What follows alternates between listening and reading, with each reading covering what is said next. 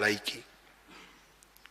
Kulikuwa na madai hayo kupitia vyombo vya habari vya kitaifa na mitandao ya kijamii kusuwepo kwa makaburi halaiki eneo la makaburi ya Kondo, Kunduchi, manispaa ya Kinondoni, Dar es Salaam. Tume imefanya uchunguzi ikiwa ni pamoja na kutembelea na kukagua eneo la makaburi, kufanya mahojiano na kupata taarifa ya afisa msimamizi wa makaburi hayo kutoka manispaa ya Kinondoni na kuchukua ushahidi wa wasimamizi wa makaburi ya Kondo. Tume pia imeshirikisha wataalamu mbalimbali ili kufanya uchunguzi wa kisayansi kuhusu madai hayo, ikiwa pamoja na picha za satellite iliyotumika kuleta madai hayo. Maoni ya wataalamu hao, wakiwemo wa uchambuzi wa mbalimbali wa mifumo ya taarifa za kijiografia, remote sensing and geographical information system, ni kwa madai hayo hayakuweza kuthibitishwa. Lakini tume pia ilifanya ukaguzi na kubaini kwa eneo la makaburi ya Kondo lililozungukwa na makazi ya watu na ambayo bado linatumika kwa shughuli za kilimo cha msimu na lina ulinzi muda wote. Kutokana na ushahidi na uchunguzi wa tume wa uandani na kuzingatia hali ilivyoonekana katika eneo la makaburi hayo pamoja na taarifa za wataalamu wa uchunguzi wa kisayansi, tume imebaini kwa madai ya kuwepo kwa makaburi halaiki eneo la Kondo hayakuweza kuthibitika. Madhara ya kiuchumi. Madhara makubwa ya kiuchumi yaliyotokea ni yale yanayohusu mali za watu binafsi na mali za serikali kuharibiwa. Tume imebaini kutoka vyanzo mbalimbali kuwa mali iliyoharibiwa ina thamani ya bilioni 125 shilingi 125 bilioni. Kati ya mali hizo, mali za sekta binafsi ambayo ni watu binafsi, vituo vya mafuta, CCM na benki zina thamani ya bilioni 89 sawa na 71.2, na mali za umma ambazo ni mali za serikali na taasisi kama zile shule, TRA, mahakama, polisi, DART, TANROADS, TANESCO, TTCL zina thamani ya shilingi bilioni 36 sawa na 28.8. Lakini sekta binafsi ndio imepata madhara makubwa kuliko sekta ya umma. Ushahidi na waathirika wengi waliopoteza mali binafsi unaonyesha machungu waliopata na wanaendelea kuwa nayo. Mfano mmoja ni mstaafu alieleza tume kwa kusema haya: baada ya kustaafu nilikwenda Equity Bank Tanzania kwa ajili ya mkopo wa gari la kufanya biashara kiasi cha milioni 180 kabla ya riba. Nikanunua tipa la mchanga lenye namba ya usaili ambapo kila mwezi nilikuwa narejesha milioni 6.9. Gari hilo baada ya kuinunua ilikuwa inaegesha kwenye eneo la TANROADS Kimara Temboni baada ya kazi.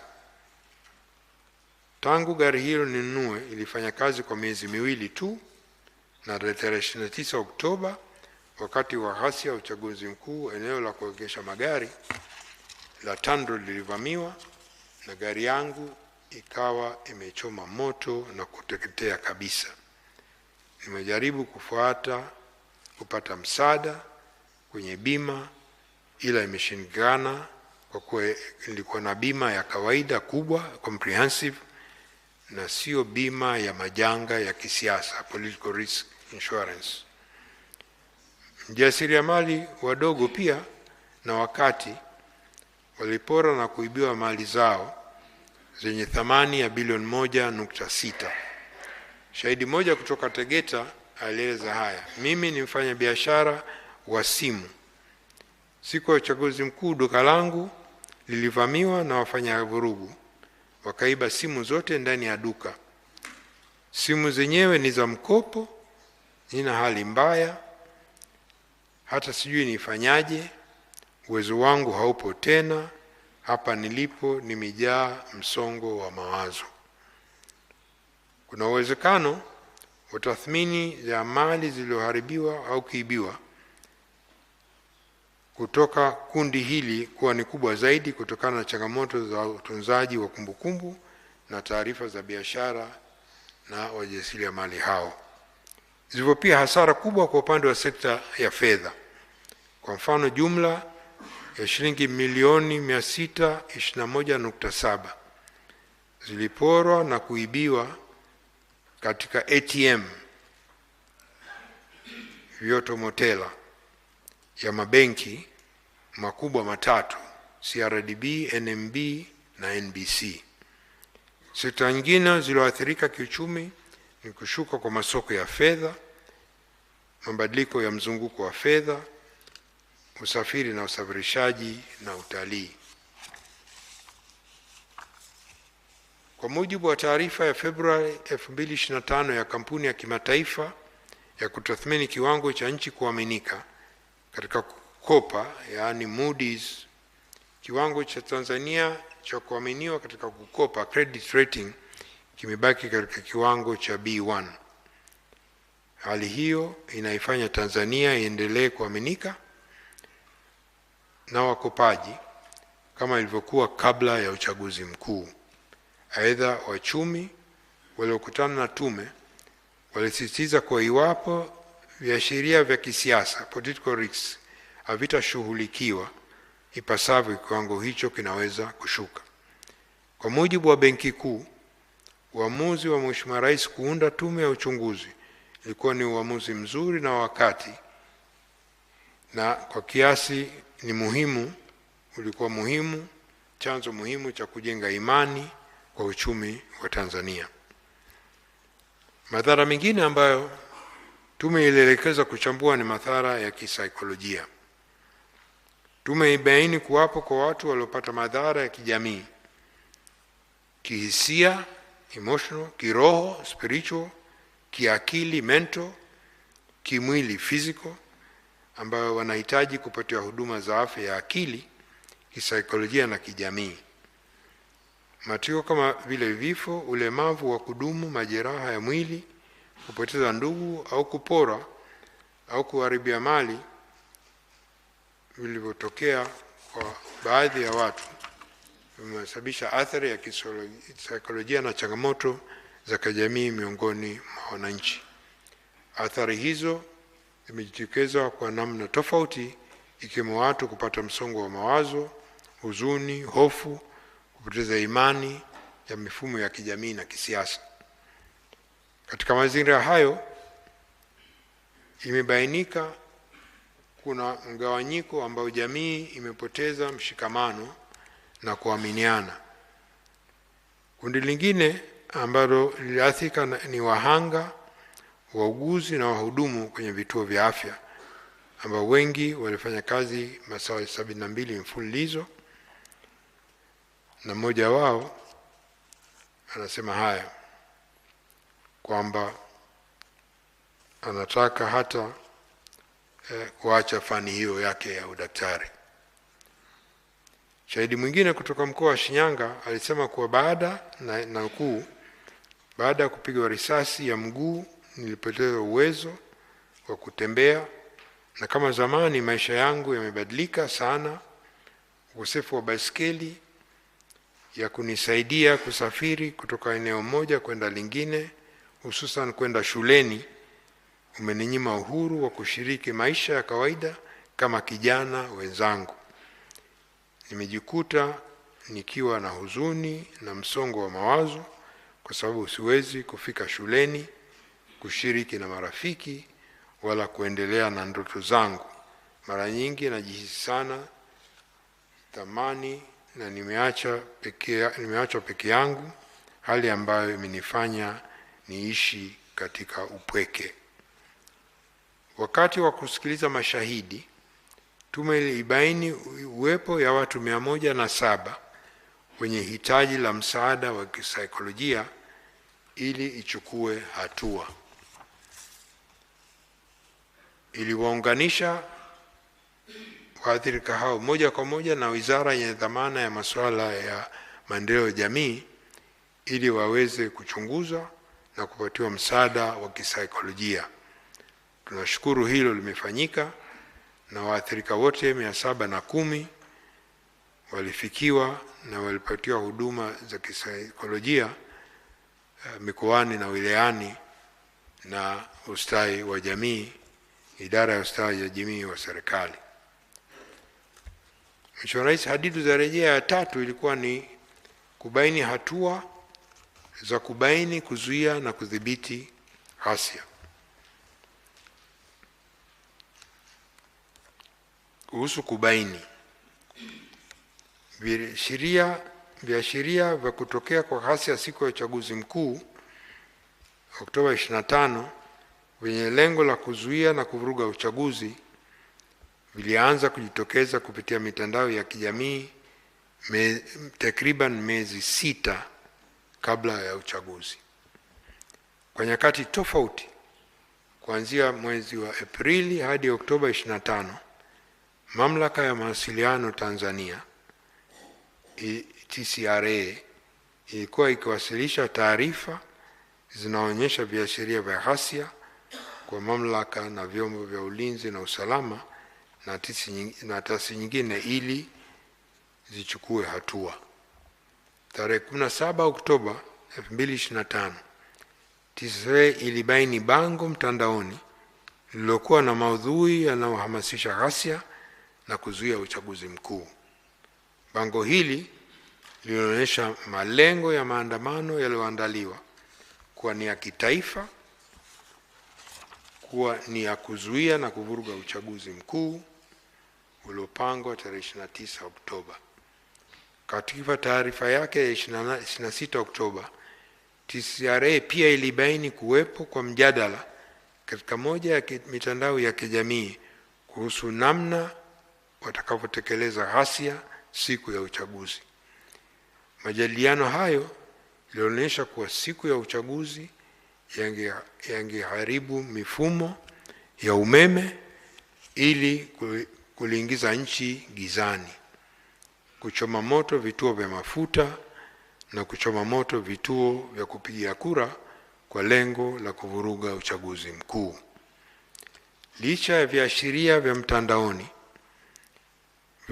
viliwekwa wazi zaidi, kulikuwa pia na viashiria ambavyo tume ilivigundua kupitia mashahidi waliofika mbele ya tume. Mfano ni kuwepo kwa vijana wasiopungua 500 katika majengo, misitu na makambi katika maeneo mbalimbali nchini kwa takriban siku 28 ambapo walihifadhiwa na kupatiwa mafunzo kwa ajili ya kufanya ghasia siku ya uchaguzi mkuu. Tume kupitia uchunguzi wake ilibaini kwa moja ya nyumba hizo iliyopo Dar es Salaam ilikuwa umbali wa takriban mita 10 kutoka kituo cha polisi. Pamoja na tume kupokea ushahidi unaonyesha kuwepo kwa baadhi ya viashiria vya mipango ya vurugu siku ya uchaguzi mkuu, hakuna ushahidi unaonyesha kubainika kwa vitu hivyo vichache ambavyo tumeviongelea au hatua stahiki kuchukuliwa kikamilifu kabla ya matukio ya uvunjifu wa amani. Kama nilivyoeleza awali, uvunjifu wa amani uliotokea ulithibitishwa kiwango kikubwa cha matayarisho ya vurugu hizo. Wafanya ghasia walitumia mbinu mbalimbali ambazo hazikutarajiwa, na mbinu hizo ni pamoja na kufanya vitendo vya uvunjifu wa amani kwa wakati mmoja katika sehemu mbalimbali za miji na sehemu nyingine kwa kutumia mbinu mtawanyiko, dispersal violence points, ili kuzuia polisi wasiweze kukabiliana nao na kuwadhibiti kwa urahisi. Ikumbuke pia kwa siku hiyo ya uchaguzi, polisi wengi walikuwa kwenye vituo vya kupiga kura wakilinda amani na sare tu na bila kuwa na silaha yoyote. Wananchi pia waliokuja mbele ya tume waliona ishara za vurugu zitatokea siku ya uchaguzi mkuu. Shahidi mwingine aliyofika mbele ya tume alieleza kuwa waliona ishara ya vurugu kupitia mitandao ya kijamii na wengine kutoa taarifa mbele ya tume kuhusu hofu walikuwa nayo, na kwa mfano ni hiyo. Kiongozi mmoja wa dini aliambia tume kuwa kabla ya siku ya uchaguzi mtoto wake alikuwa na taarifa kuhusu vurugu zilizokuwa zimepangwa kuzuia uchaguzi usifanyike. Aliposhinda kuwashawishi baba na mama yake wasijitokeze kupiga kura, aliwashauri kuwa angalau wasafishe vidole vyao mara tu baada ya kupiga kura, kwa kuwa wapo watu wamejipanga kukata vidole kwa hao ambao wamepiga kura. Polisi na vyombo vingine vya ulinzi na usalama katika ngazi ya taifa, mkoa na wilaya, kama walivyokuwa Watanzania wengine, walishtukizwa na hawakuwa wamejiandaa kwa kutosha kwa aina ya ghasia zilizotokea tarehe 9 Oktoba zilizotokea wakati huo katika mikoa 14, wilaya 33 na maeneo 202. Kupitia mabaraza ya polisi, maafisa na wakaguzi na askari polisi walipata fursa ya kueleza tume namna ghasia zimekuwa kubwa na hatarishi kwa maisha yao wao binafsi, lakini pia wafanya ghasia kutumia mbinu na silaha mbalimbali kukabiliana na askari. Askari mmoja alithibitisha kwa jeshi la polisi alikutegemea aina, ukubwa na usambaaji wa vurugu zilizotokea siku na baada ya uchaguzi mkuu. Mmoja alieleza, tulijipanga kwa maandamano yaliyotokea ni mkusanyiko. Afisa mwingine wa vyombo vya ulinzi na usalama alieleza kuwa tulijipanga kwa maandamano yalitokea ni uyoga nchi nzima. Kuhusu hatua zilizochukuliwa, Mheshimiwa Rais, baadhi ya kamati za mikoa zilijulisha tume kupitia taarifa zao kuhusu hatua mbalimbali walizochukua kudhibiti matishio ya uvunjifu wa amani. Mfano ni kamati ya usalama ya mkoa wa Katavi.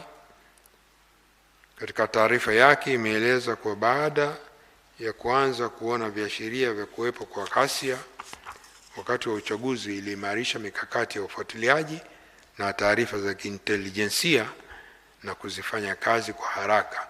Aidha, kamati ya mkoa na kamati ya wilaya za usalama zilianza kufanya vikao vya pamoja ambavyo katika kipindi hicho zilikutana mara 11. Hali kadhalika, kamati ya usalama ya mkoa wa Kilimanjaro ilieleza tume kwa baada ya kuanza kuona viashiria na uwezekano wa kuwepo ghasia wakati wa uchaguzi, ilichukua hatua mbalimbali ikiwemo kufanya vikao vya kamati mara kwa mara kwa lengo la kupeana taarifa, kukutana na viongozi wa vyama vya siasa mara kadhaa na kukutana na vikundi vya bodaboda, na mkoa wa Kilimanjaro ni mmoja mkoa ambao hakuwa na changamoto za vurugu. Mheshimiwa Rais, niongelee kuhusu hatua za kudhibiti. Sheria ya Jeshi la Polisi na huduma saidizi inabainisha majukumu ya jeshi kwa polisi, kwani pamoja na kulinda raia na mali zao. Aidha, ili kutekeleza jukumu hilo, askari wa jeshi la polisi wameruhusiwa kubeba silaha wakati wa utekelezaji wa majukumu yao. Hata hivyo, ruhusa ya kubeba silaha inayotolewa chini ya sheria hiyo sio ruhusa ya moja kwa moja ya matumizi ya silaha hizo. Matumizi ya silaha yanapaswa kuzingatia misingi ya sheria na miongozo mbalimbali kuhusu matumizi ya silaha za moto. na kifungu 19 kifungu kidogo cha kwanza kinaainisha masharti na mazingira ambayo silaha za moto dhidi ya binadamu zinaweza kutumika.